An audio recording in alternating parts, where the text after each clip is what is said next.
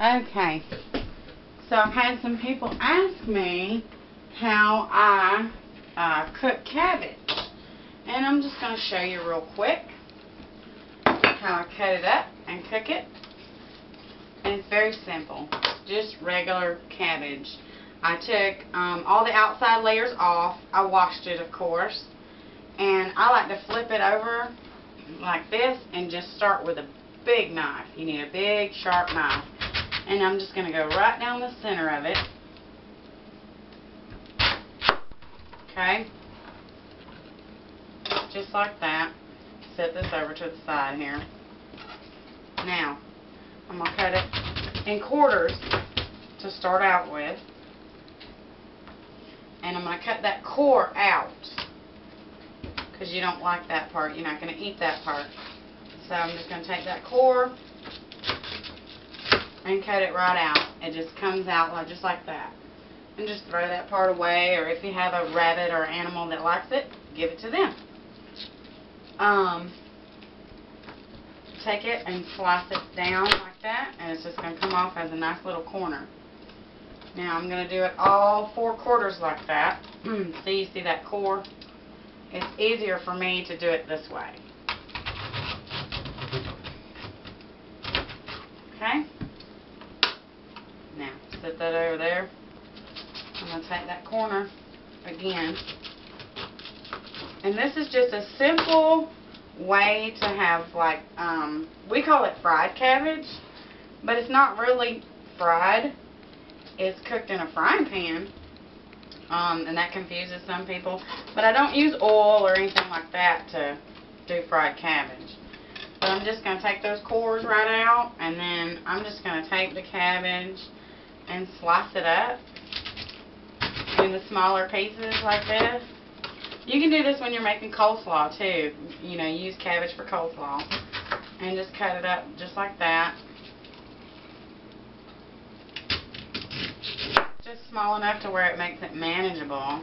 I'm just going to break it off in the pan to where it kind of lays a little better in the pan. It's going to cook down some. And that's what you want. But all I do for cabbage,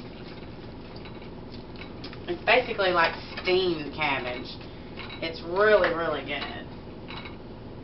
And all I do for that is just cut it up, put it in a pan.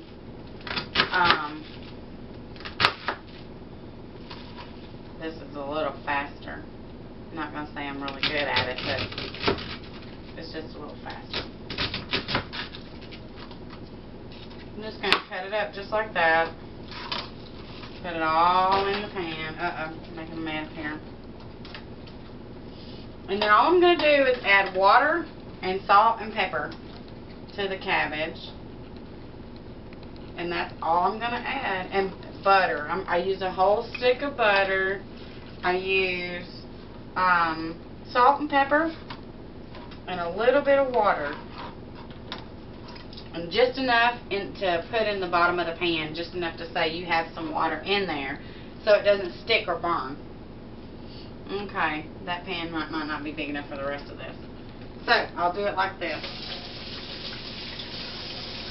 Alright, sorry about that. I'm going to wash my hands. Okay, I'm just going to take just a little bit of water, not even, maybe 1/4 of a cup to a 1/2 a cup of water, and pour it in my pan just like that. And salt and pepper, you just want to lightly coat it with a little salt and a little pepper.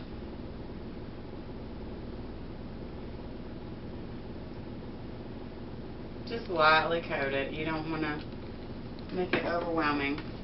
But it's a good side dish for anytime you want to do it. But I'm going to take a whole stick of butter and put right on top. Turn it on low to medium heat. Put a lid on it and let it cook. And that's all there is to it. It's very simple. Very good.